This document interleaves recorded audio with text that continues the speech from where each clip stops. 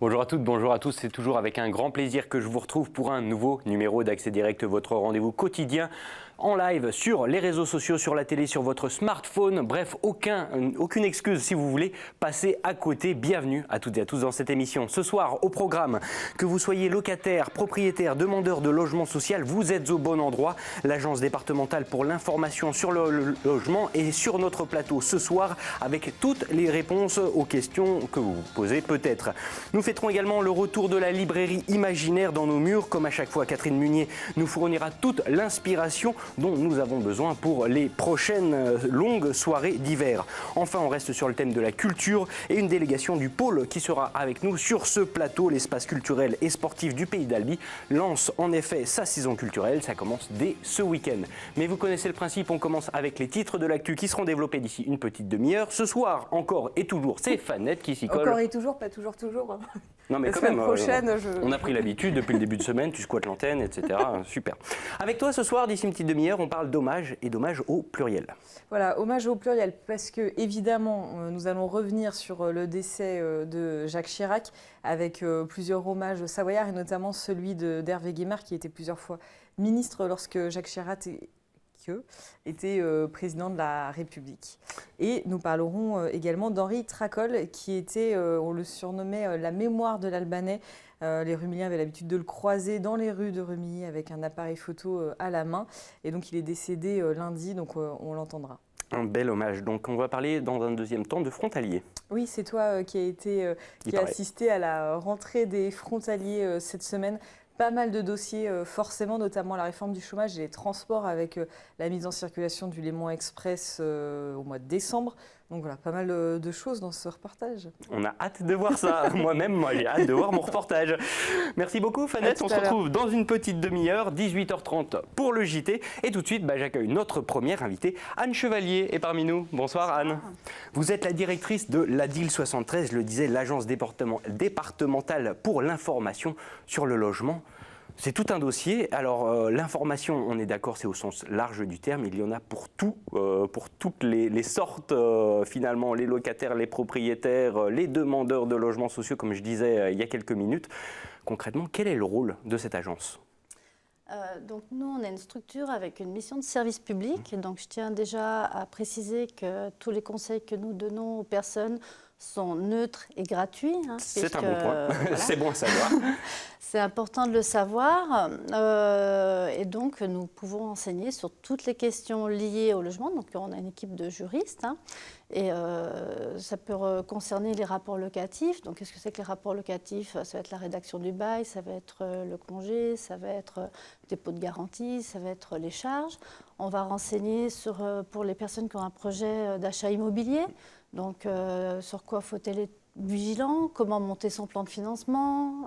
Quelles sont les aides auxquelles on peut prétendre, etc. Sur la copropriété, c'est un très très gros sujet qu'on peut être amené à traiter dans les conseils qu'on donne. Et puis après, toutes les autres questions liées au logement, sur l'amélioration de l'habitat, sur les problèmes de voisinage, l'urbanisme.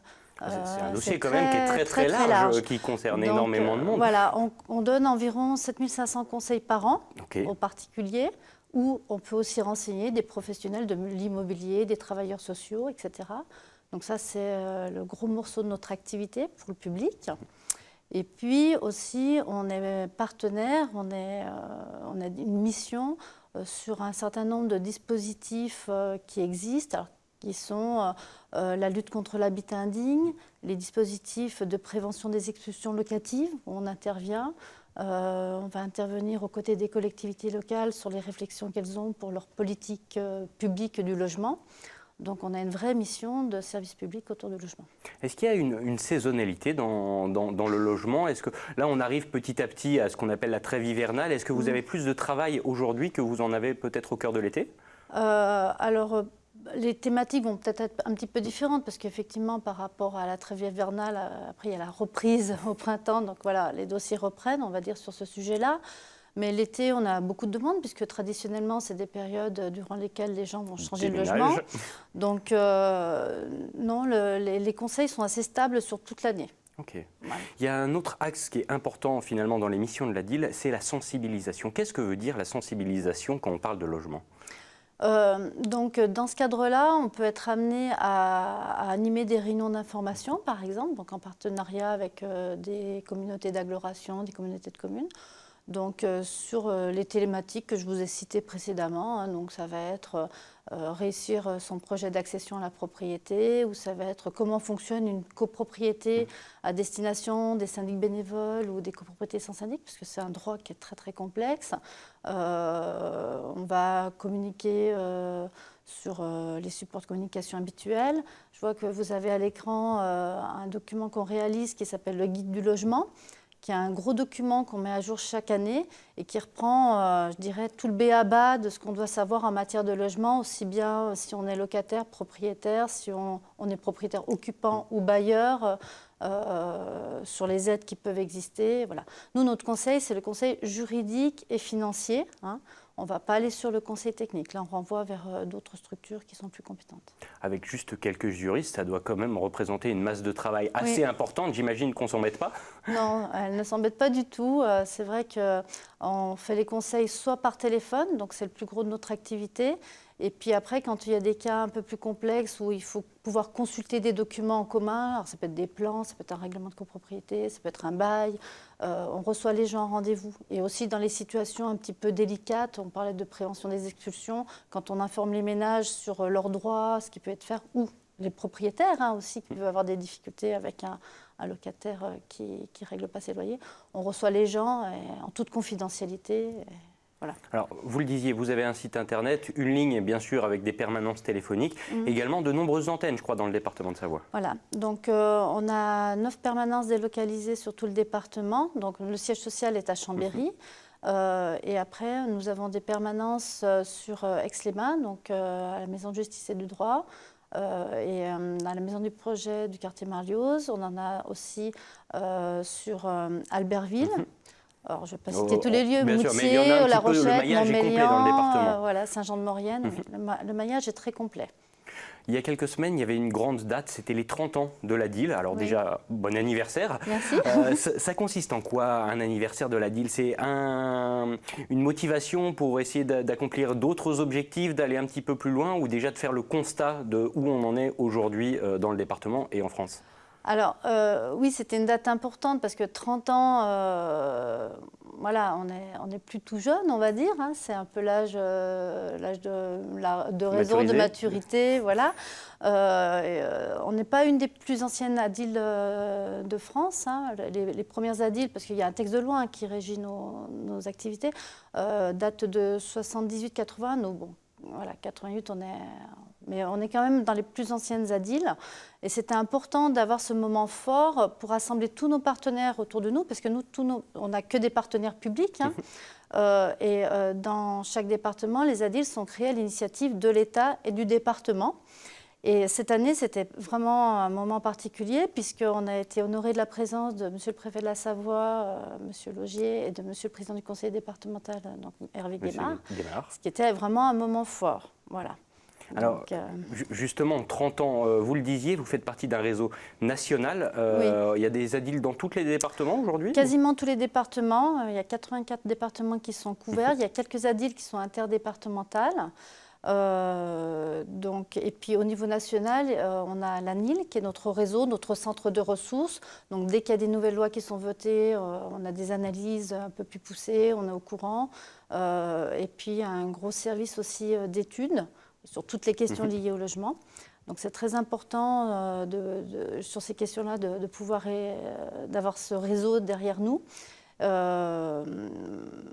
Et alors justement, c'est vrai que notre département de Savoie et un peu la Haute-Savoie également, mais a des spécificités qui lui sont propres, notamment je pense aux saisonniers, à la main-d'œuvre saisonnière, avec des logements qui sont particuliers. Est-ce que c'est également parmi les objectifs ou les compétences de la DIL? Oui, alors en Savoie, oui, on travaille avec certaines collectivités sur la thématique du logement des saisonniers.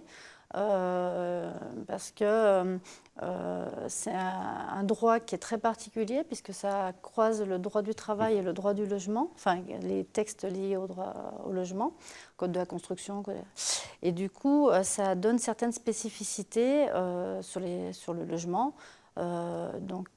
Certaines collectivités se sont rapprochées de nous parce qu'elles souhaitaient un petit peu améliorer la qualité des logements des saisonniers. Voilà. Ok. Dernière toute petite question, en 2 mots, aujourd'hui, le constat, il est bien dans le département, il y a encore beaucoup de choses à faire sur l'information au logement? Oui, Ouais, c'est il y a beaucoup de énorme. choses. Oui, il ne faut pas que les gens hésitent à pousser notre porte ou à prendre le téléphone pour nous appeler. Bien évidemment qu'on peut informer encore beaucoup plus de personnes. Et voilà. Eh ben, le message est passé. L'agence départementale pour l'information sur le logement, n'hésitez pas si vous avez quelconque question. Ils sont là pour vous et ont sûrement toutes les questions que vous cherchez. Merci beaucoup Anne Chevalier d'avoir été avec nous ce soir. Bon courage pour la suite. Merci beaucoup. Et puis de toute façon, on se revoit bientôt. Merci. Puis j'appelle tout de suite notre prochaine invitée, Catherine Munier, gérante de la librairie Imaginaire, fait son grand retour sur notre antenne. Bonsoir Catherine. Bonsoir. Comment allez-vous? Très bien, et vous? Ah bah, écoutez, super. C'est un plaisir de vous retrouver. Ouais, nouveau petit plateau. Nouveau décor, superbe. Ça vous va bien? Très bien, j'adore la couleur. Ah, c'est déjà pas mal. Alors, on est content. Et puis, comme chaque fois, vous venez nous proposer quelques petites idées de livres. Alors, en plus, ça tombe bien, c'est la saison, les longues soirées Voilà, au coin on du va feu s'annoncent. commencer. Et on va commencer avec Le cœur de l'Angleterre de Jonathan Coe. Parfait. Aux éditions Gallimard. C'est donc un auteur anglais, Jonathan Coe. C'est un auteur réputé qui a déjà une grande œuvre derrière lui. Et moi, je le retrouve toujours avec grand plaisir. Et là, vraiment, franchement, c'est un sacré coup de cœur. Parce que grâce à Jonathan Coe, on comprend tout, mais tout sur le Brexit. Et ça, c'est une sacrée chance. Alors, on va remettre un petit peu dans le contexte. À la base, c'est un roman politique. C'est un roman politique, social, d'humeur, on pourrait dire. Parce que je pense que Jonathan Coe devait en avoir très gros sur le cœur. Comme beaucoup d'anglais en ce moment, Comme je beaucoup pense. d'anglais plutôt intellectuels, on va dire. Et puis, Jonathan Coe, il nous habitue aussi à toujours nous raconter son pays. À travers des personnages qu'on retrouve de temps en temps, et c'est le cas ici. On avait fait la connaissance des personnages de ce roman dans un premier roman qui s'appelait Bienvenue au club. Ils étaient adolescents, c'était l'Angleterre des années 70. Au club du cercle fermé, si je ne m'abuse. Ah, je croyais que c'était bien. Peut-être, oui. J'ai fait mes devoirs quand même avant cette émission. Bravo. Et donc là, justement, on a... Et on les retrouve, mais si on n'a pas lu les autres, ça n'a pas d'importance. Ah, mais là, bon. avec nous, les personnages grandissent, mûrissent, on ne va pas dire vieillissent, hein, parce qu'ils ont mon âge. Alors.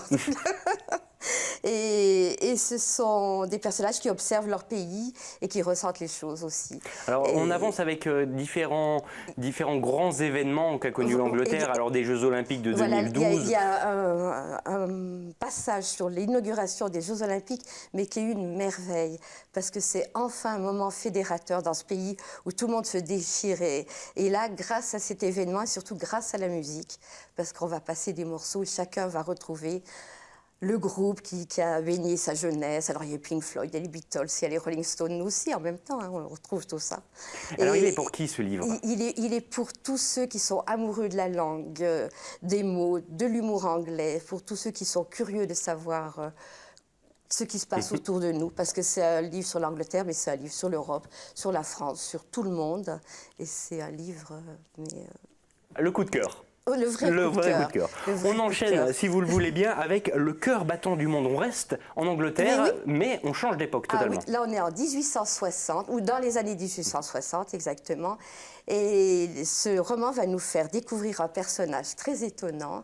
C'est le fils illégitime de Karl Marx. Freddy, de son petit nom. Exactement. Et c'est une histoire vraie, hein, puisque vraiment Karl Marx a eu un enfant illégitime dont il n'a absolument pas voulu entendre parler. C'est le moment où Karl Marx est en exil en Angleterre. Il est en train d'écrire Le Capital. Il ne faut pas le déranger. Le Capital, si vous souvenez des cours de philo, c'est le pavé. Il écrit, il veut faire que ça. Mais en même temps, il est très fier parce qu'il a épousé une baronne, donc il fait partie de la noblesse. Tout Karl Marx qu'on est, on est quand même... Et puis, il a fait un enfant à sa petite bonne, mais il ne veut pas l'entendre parler. Et c'est une brave femme, Charlotte, qui va recueillir cet enfant, s'en occuper. Il ne le connaîtra jamais, mais nous, on va découvrir plein de choses sur cette période, sur Karl Marx, sur l'Angleterre. On est vraiment là dans l'Angleterre des bas-fonds.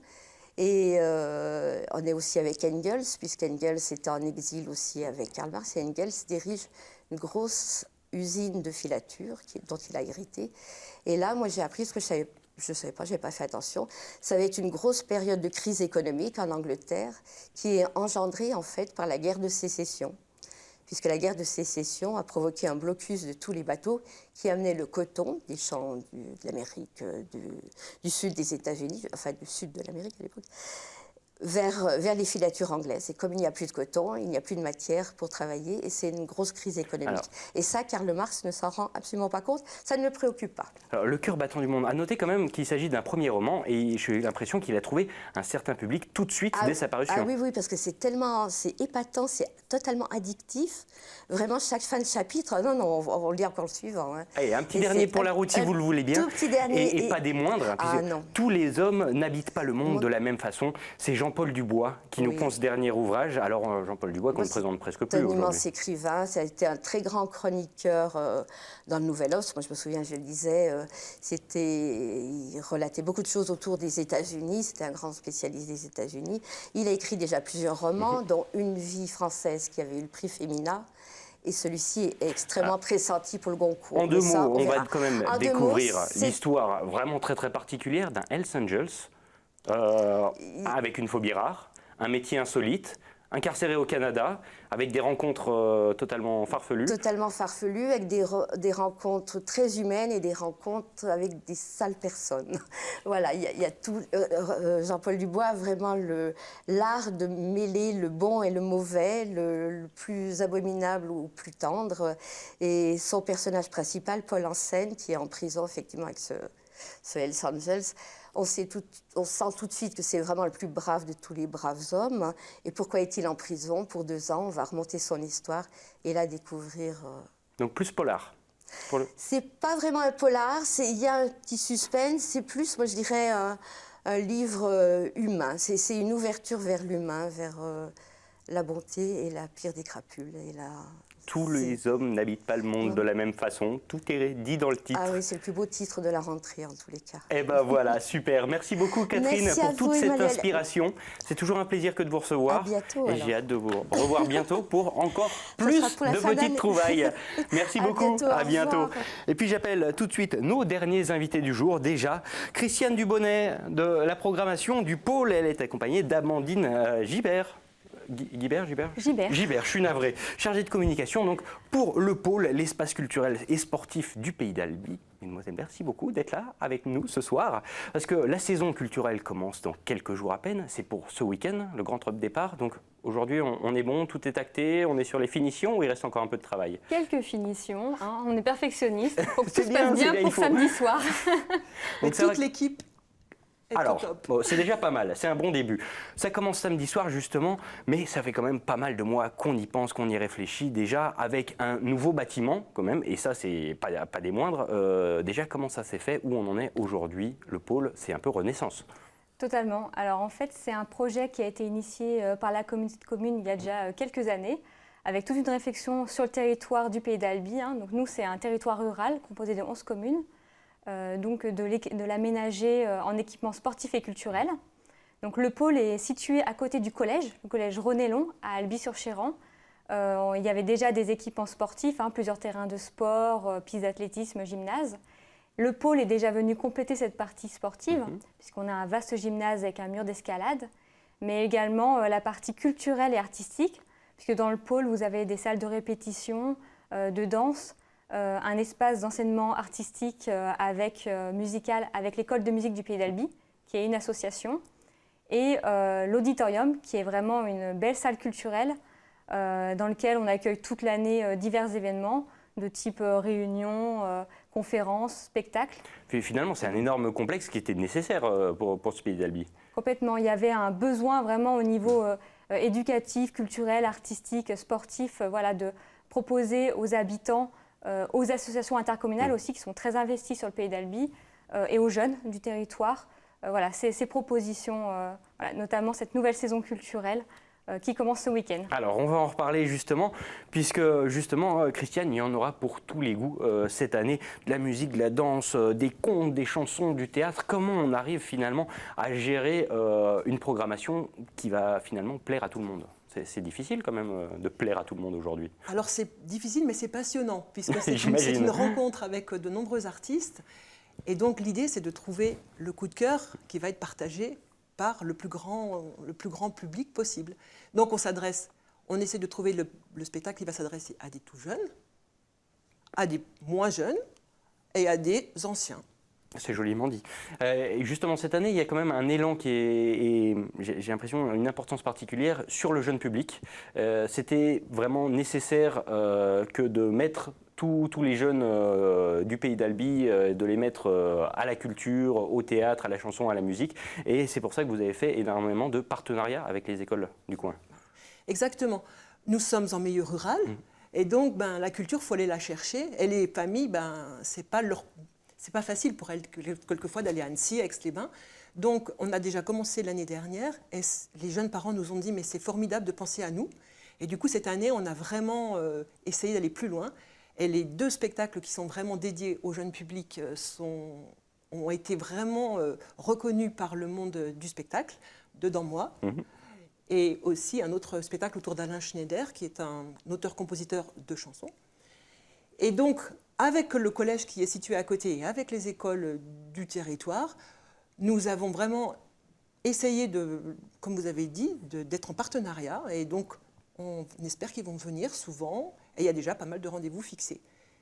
Et si je peux encore aller plus loin, nous avons instauré cette année les petits moments du pôle qui sont spécialement dédiés au jeune public. Vous me coupez l'herbe sous le pied, justement. Ces petits moments, c'est vraiment une création cette année, mais j'ai l'impression que c'était dans les esprits déjà depuis plusieurs années. Exactement. Sur le Pays d'Albi, il y a une crèche et il y a un relais d'assistante maternelle avec des professionnels qui sont très intéressés par la culture, et on se disait il faudrait trouver des petites choses, voilà.